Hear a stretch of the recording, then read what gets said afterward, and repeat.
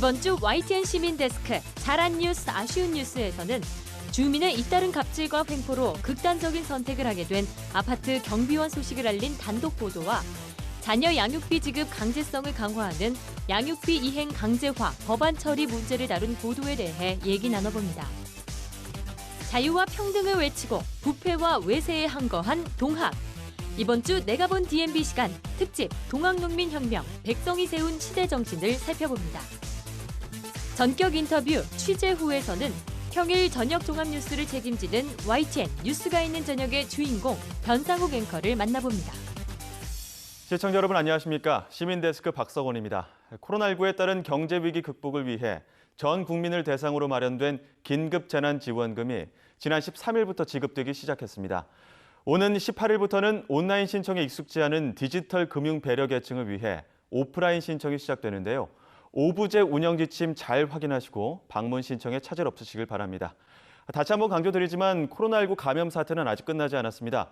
초심으로 돌아가서 다시 한번 위생 상태를 돌아보고 우리 모두를 위한 개인 방역에 더욱 주의하시길 당부드립니다. 이번 주 시민데스크 잘한 뉴스, 아쉬운 뉴스로 시작합니다.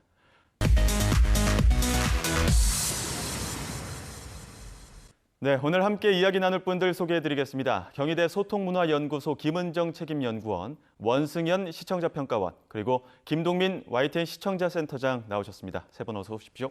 안녕하십니까. 네. 자, 일단 지난주 굵직한 이슈들이 꽤 많았습니다. 이태원발 코로나19 재확산도 있었고 또 긴급재난지원금 지급이 시작되기도 했었는데요. 지난 한 주 YTN 뉴스 어떻게 보셨습니까?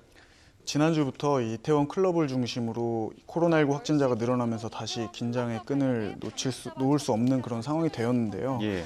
또 관련 뉴스도 많았습니다. 제가 이 관련 뉴스 중에 시청자 게시판을 통해서 한 시청자분이 제기한 문제를 좀 전달해 드리자면은 예.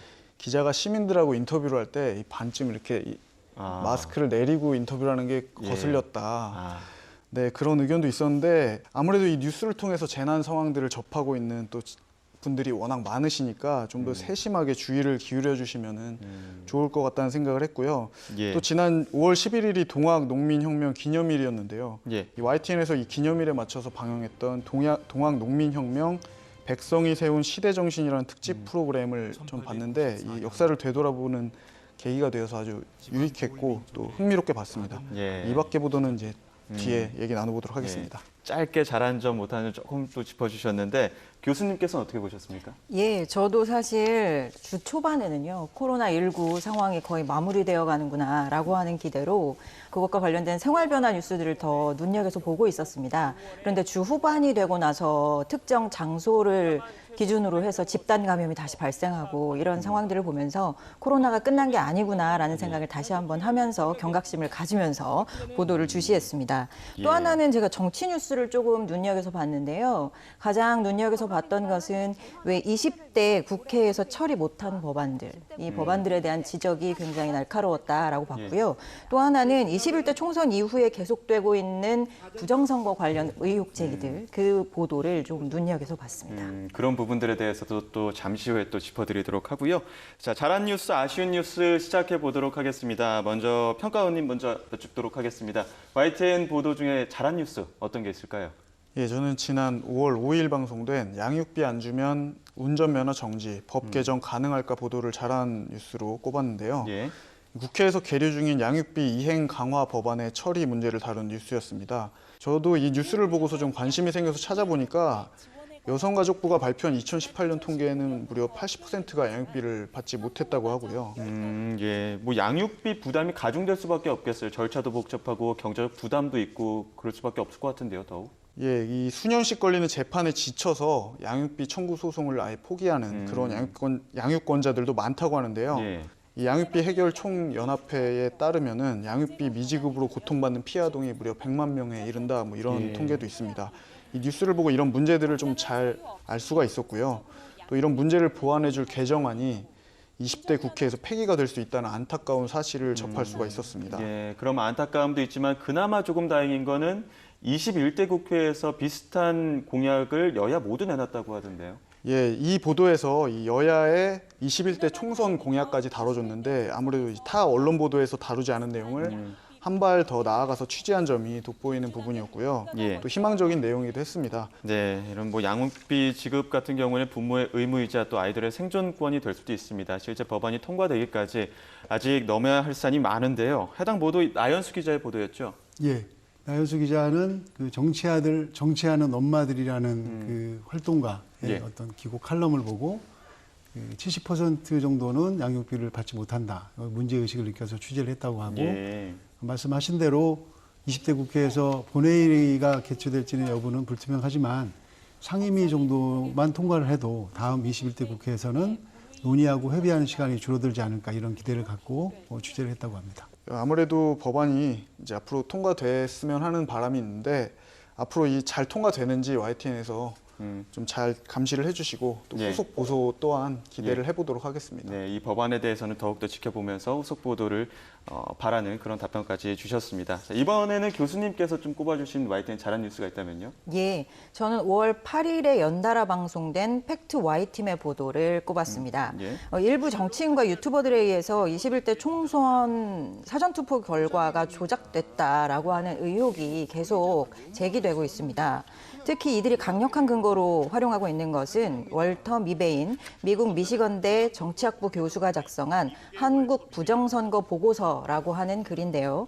YTN은 보고서 작성자인 미베인 교수를 직접 화상으로 인터뷰해서 해당 연구의 의미와 오류에 대해 인터뷰를 진행했습니다. 예, 직접 화상 인터뷰를 했다는 점이 저도 좀 인상적이었는데 조금 더 자세히 짚어주시죠. 예, 저는 크게 두 가지 면에서 이 보도가 좋은 보도였다고 봤는데요. 첫 번째는 부정선거 통계 프로그램에 대한 정확한 정보를 제시를 해서 보고서를 이해하고 해석하는 데 전제할 지식을 명확히 전달해 주었다라는 겁니다.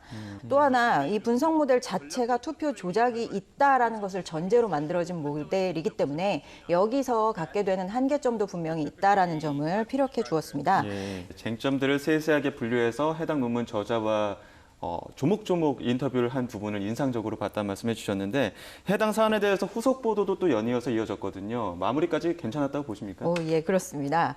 미베인 교수의 분석은 우리나라의 선거 제도 그리고 전반적인 정치사회 맥락을 전반적으로 이해하지 못한 채 그냥 주어진 데이터를 통계 시스템에 넣어서 단선적으로 분석한 결과였음을 후속 보도를 통해서 분명하게 드러내 주었다라고 저는 평가를 했고요. 또 하나 이제 미베인 교수가 스스로 오류를 인정하고 분석 데이터에 대한 확대 해석을 삼가달라라고 하는 부탁의 인터뷰까지 그 안에다 같이 실어주셨어요. 그리고 제가 또 하나 주목했던 것은 이 인터뷰의 전문을 온라인을 통해서 공개해 주셨다라는 겁니다. 그래서 이 정보의 신뢰성과 투명성까지 확보하는 데에 성공했다라고 봤고요. 종합적으로 봤을 때 이 혼란을 일으키는 이슈에 대해서 주목하고 또 정확한 사실을 확인하고 또 정보 획득 과정과 보도 과정에 대해서 투명하게 공개했다라는 면에 있어서 지금 인포데믹 상황에 있어서 보도 전문 채널만이 할 수 있는 일, 또 가야 할 길을 분명히 제시해 준 보도였다. 이렇게 봤습니다. 예, 후하게 평가를 또 해주셨는데 첨언하실 부분 있습니까? 예, 취재팀은 이 미베인 교수 인터뷰를 하기 위해서 한 일주일 정도 준비를 했다고 합니다. 예.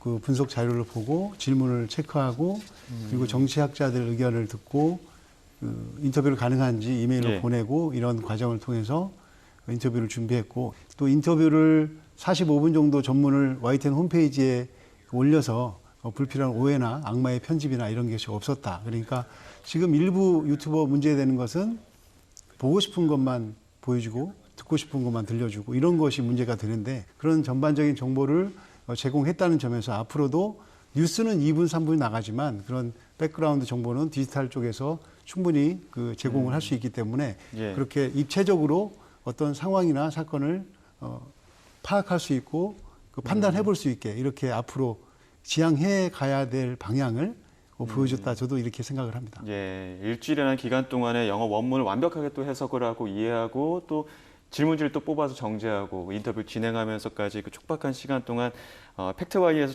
정성이 엿보이는 그런 보도가 아니었나 이런 생각이 드는데요. 이번에는 조금 아쉬운 뉴스들도 좀 짚어봐야 될 것 같습니다. 먼저 평가원이 어떤 뉴스가 조금 아쉬웠나요?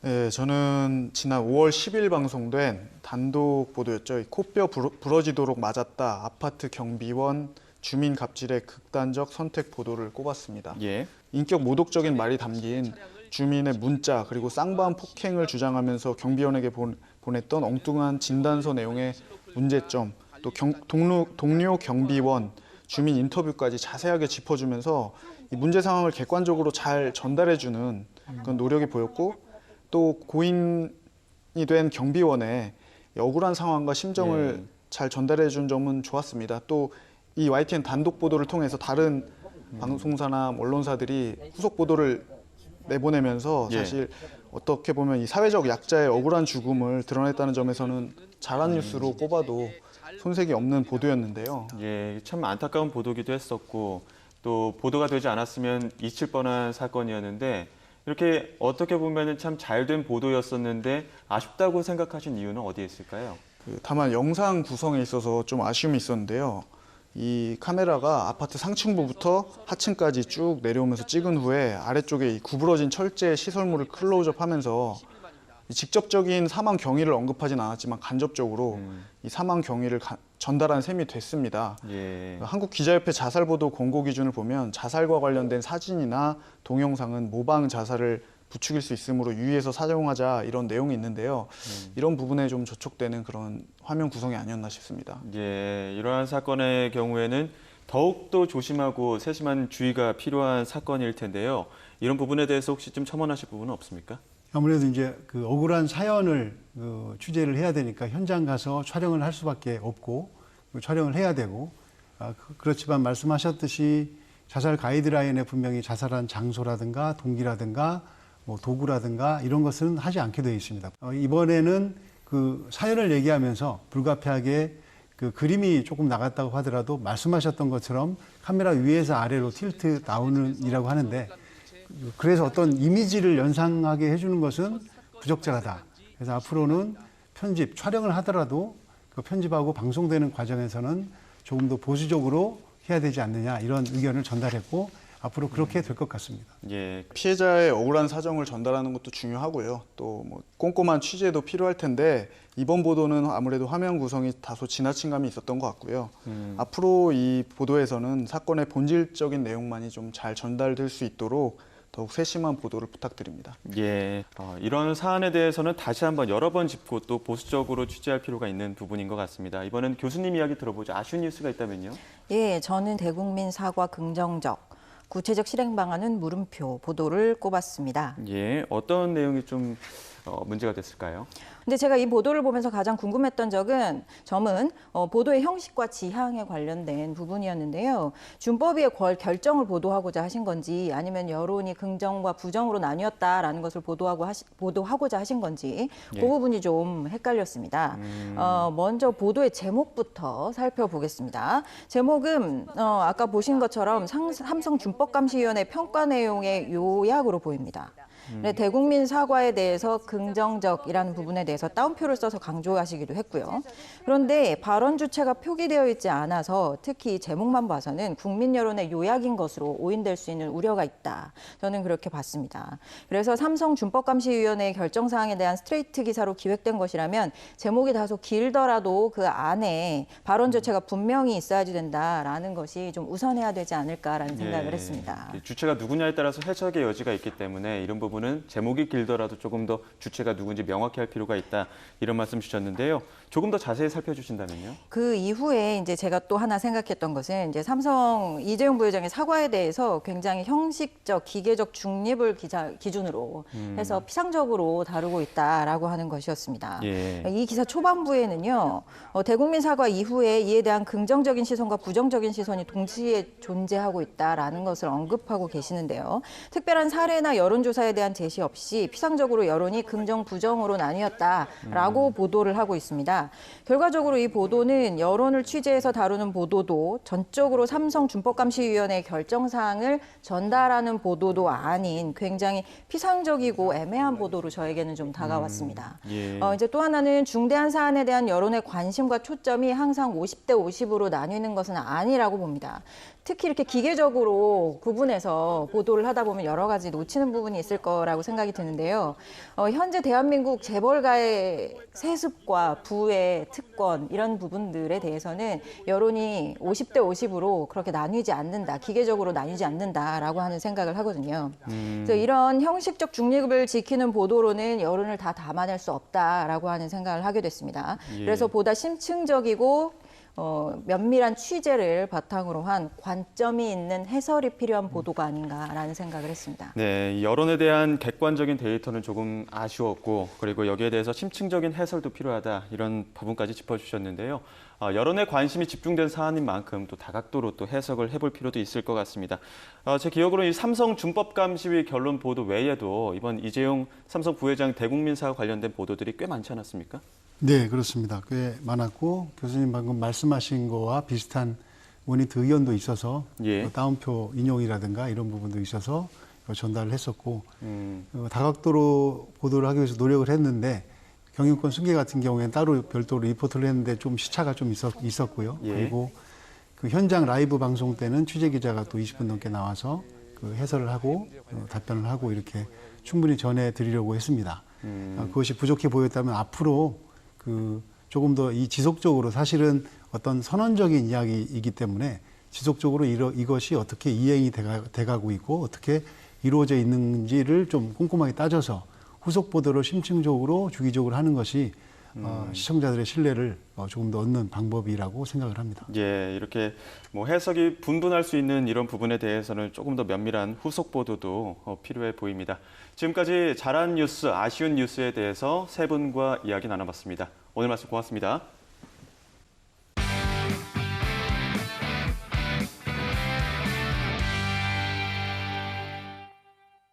지난 5월 11일은 동학농민혁명 국가기념일 지정 1년이 되는 날이었습니다. 안타깝게도 올해는 코로나19 여파로 국민의 큰 관심을 받지 못했는데요. 오늘 내가 본 DMB에선 3.1운동부터 촛불혁명에 이르기까지 시민들이 만들어낸 시대를 담은 YTN 특집 동학농민혁명 백성이 세운 시대 정신을 살펴봅니다. 최현주 평가원 의견 들어보시죠. 안녕하세요. YTN DMB 시청자 평가원 최현주입니다. 5월은 어린이날과 어버이날 등 기념해야 할 날들이 참 많은 달입니다. 5월 11일도 우리가 기억해야 할 특별한 날 중 하나입니다. 이날은 2019년 국가기념일로 지정되어 아직은 많은 분들에게 낯설 수 있는 동학농민혁명 기념일입니다.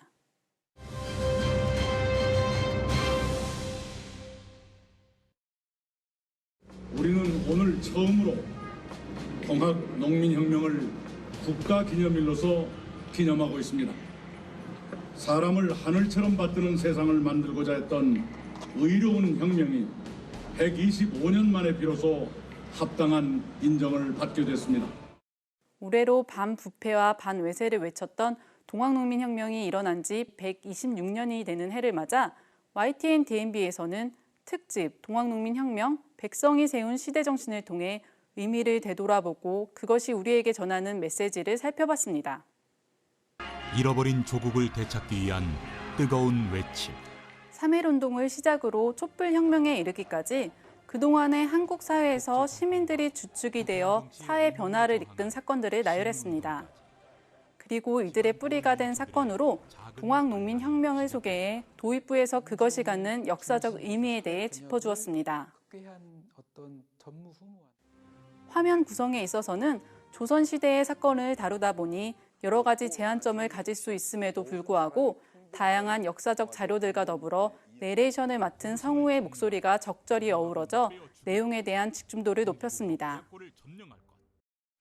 그러나 당시 역사적 배경이나 동학농민혁명의 기초가 된 동학사상 등에 대해서는 자세히 다루지 않았다는 점은 아쉬웠습니다. 동학농민혁명을 보다 더 깊이 이해하기 위해서는 당시 시대적 배경이나 관련된 역사적 사건들에 대해서도 함께 살펴보는 것이 필요해 보였습니다. 예부터 사통팔달 교통의 중심지였던 전북 정읍시. 이 외에도 1960년대부터 전북 정읍에서 개최되고 있는 동학농민혁명 기념제 등 후손들이 동학농민혁명의 가치와 정신을 계승하기 위한 노력들을 보여줘 눈길을 끌었습니다. 이러한 노력들이 모여 국민적 공감대를 얻는 것은 물론 전 세계적으로 그 가치를 인정받을 수 있는데 한 발 더 나아갈 수 있을 것이란 생각이 들었습니다. 2019년에는 동학농민혁명이 125년 만에 국가기념일로 지정되면서 많은 주목을 받았습니다. 그것에 반해 올해는 코로나19의 여파 등으로 국민들의 관심이 조금은 옅어질 수 있는 상황에서 YTN 특집을 통해 다시 한번 동학농민혁명의 정신과 가치를 되돌아볼 수 있어 그 의미가 깊고 시의적절했습니다.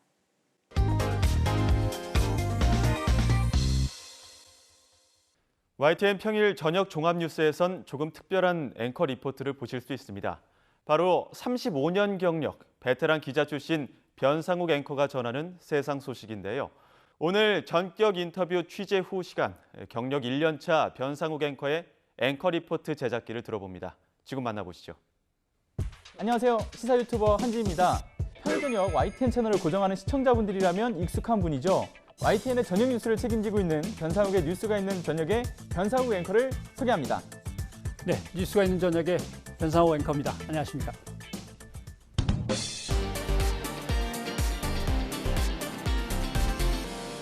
네, 변상욱 앵커 반갑습니다. 네, 반갑습니다. 네, 오늘은 변상욱 앵커가 지금 진행하고 있는 예. 뉴이저 속 앵커 리포트에 대해서 이야기를 나눠볼 텐데요. 예. 그 전에 변상욱 앵커의 활약상 먼저 보시고 이야기를 나눠보겠습니다. 이재용 삼성전자 부회장이 어제 대국민 사과문을 발표했습니다. 이 대국민 사과를 바라보는 국내외 언론들의 시각을 정리해 보겠습니다. 산재 사고 사망자 한 해에 855명 이렇게 기록되어 있습니다. 그러면 하루에 몇 명이 숨지는 걸까요? 북한 김정은 국무위원장의 건강을 둘러싼 논란이 김 위원장이 모습을 드러내면서 끝나버렸습니다. 3주간에 걸친 우리 언론의 좌충우돌, 부하 뇌동을 한 외국인 프리랜서 기자는 이렇게 풍자를 했습니다. 네, 자료화면 보고 오셨는데요. 손발이 오글거리네요. 저도 이제 평소 관심 있는 주제들이 많이 다뤄지다 보니까 뉴스를 계속 시청하고 있거든요. 평소에 이제 앵커 리포트를 진행하지 않으시다가 최근에 이제 시작을 하셨잖아요. 어떤 계기가 있을까요? 사실 제가 아직은 TV 스튜디오에 그렇게 익숙하지는 않아서 리포트는 상당히 부담스럽고 또 준비하려면 아무래도 인력 소모도 좀 있고 그래서 주로 인터뷰하고 기자의 그 어떤 리포트의 중간중간 코멘트하는 역할을 강조를 했었습니다. 그러다가 이제 신천지 사태가 터지면서 담당 간부와 스태프들이 아니 신천지에 대해서 제일 많이 아는 사람이 가만히 앉아갖고 설명도 안 하고 소개만 한다는 게 너무 우습지 않냐. 리포트를 해라. 이렇게 돼서 리포트를 했는데 하다 보니까 그냥 한 김에 계속 가자. 이렇게 돼가지고 하고 있는 거죠. 그러면 이 아이템을 좀 선정하실 때 선정하는 그 기준, 그러니까 본인만의 어떤 기준이 있으실까요? 일단 어제 한 분야는 오늘은 하지 말자는 게 첫 번째 이제 문제죠. 그래서 겹치지 않게 하려고 애쓰다 보니까 참 이렇게 고르기가 어려워요. 그래서 그 다음에 원칙적으로는 기자들이 미처 찾아내지 못한 거를 찾아내는 것이 제일 바람직한 상황이고, 그 다음에 어떤 이슈의 맥락이 어떻게 되는지 설명하는 것, 그 다음에 이 사건이나 이슈와 다른 이슈는 어떻게 연결될 수 있는지 관계를 설명하는 것, 이런 것들이 이제 요거는 시청자들이 재밌어 하시겠다, 시청자들이 이거는 미처 몰랐던 것일 수도 있겠다, 이런 것들을 찾아내는 거죠. 앵커 리포트로 인해서 뿌듯했던 경험도 있으실 것 같거든요. 예, 지인들이 늘 들으면서 모니터링을 해주고 잘 들었다라고 인사말을 건네주는 것도 반갑지만, 거리에서 우연히 마주친 사람들 또는 뭐 대중교통이나 택시를 tas을 때 누군가가 건네주는 그 내용은 참 어제 잘 들었습니다라고 할 때는 뿌듯하죠. 정말 보람이 있습니다. 그럴 때는. 이 앵커 리포트 중에서 가장 좀 기억에 남는 부분이 있다면 어떤 부분이 있을까요? 제가 제일 이제 시청자들께서 잘 보셨다고 한 것은, 예를 들면 대한민국의 경제 성장률 2점에서 2.5까지 갔던 곳이 왜 마이너스 1점이, 대부분의 보도가 그렇게 나갈 때 이제, 그러나 그 마이너스 1점이라고 하는 낙폭이 세계의 선진 국가들 중에서 제일 우수한 편이었다. 다른 나라들은 더 크게 떨어졌는데 우리는 조금 떨어지고 멈춘 것이다라고 하는 걸 이제 보여드렸을 때 많은 분들이 그냥 마이너스라는 거에 깜짝 놀라서 엄청나게 실망하고 부정적으로만 생각했는데, 지금 코로나19 전국 속에서 대단한 성취였다고 하는 걸 처음 알았다.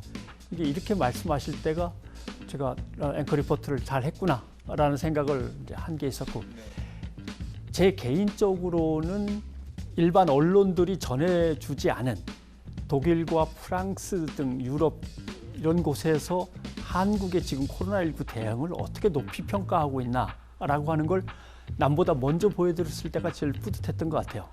정말 오랫동안 기자 생활을 해오시다가 이제 앵커로서는 1년쯤 되신 걸로 알고 있는데 그 1년간의 어떤 앵커 생활 어떠셨나요? 앵커를 하니까 각 분야의 소식들이 좋은 것, 나쁜 것, 뭐 산뜻한 것, 아니면은 지루한 것 이런 것들이 한눈에 다 보이니까 그 작업도 재밌더라고요. 얽매여 있지 않으니까 좀 더 흥미롭겠네요. 주제는 다양하니까요. 마치 뭐하고 비슷하냐면 산에 올라갈 때 못 보던 것들을 산에서 내려올 때 발견하게 되는 거랑 좀 비슷한 것 같아요. 일단 재밌네요. 책임 다 내려놓고 네. 잘 전달하는 앵커로서 뉴스들을 갖다가 폭넓게 보다 보니까 새롭게 발견하게 되는 것들이 흥미롭습니다. 확실히 이해가 확 되네요. 그래요?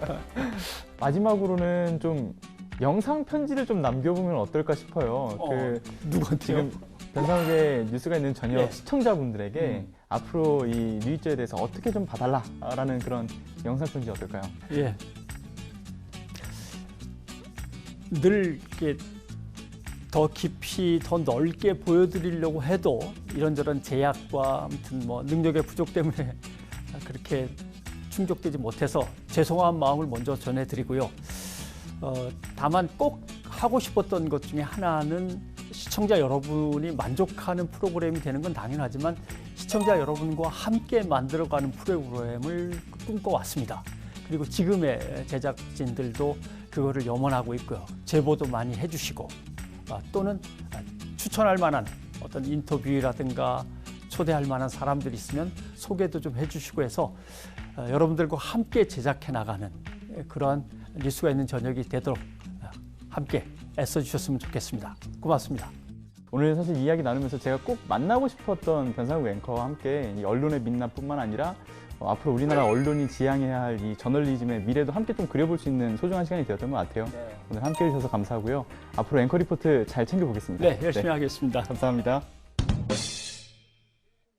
오늘의 전격 인터뷰 취재 후 변상욱 앵커와 함께했습니다. YTN 뉴스를 보시면서 생기는 다양한 궁금증들 시민데스크 게시판에 의견 남겨주시면 제가 담당 취재 기자를 만나 여러분들의 궁금증을 해결해드리도록 하겠습니다. 다음 시간에는 더 알찬 내용으로 찾아뵙겠습니다. 감사합니다. 시민데스크는 시청자와 함께 만들어갑니다. 보도와 프로그램에 관한 여러 의견들 시청자센터 홈페이지 게시판에 남겨주시기 바랍니다. 다음 주 더 알찬 소식으로 찾아뵙겠습니다. 고맙습니다.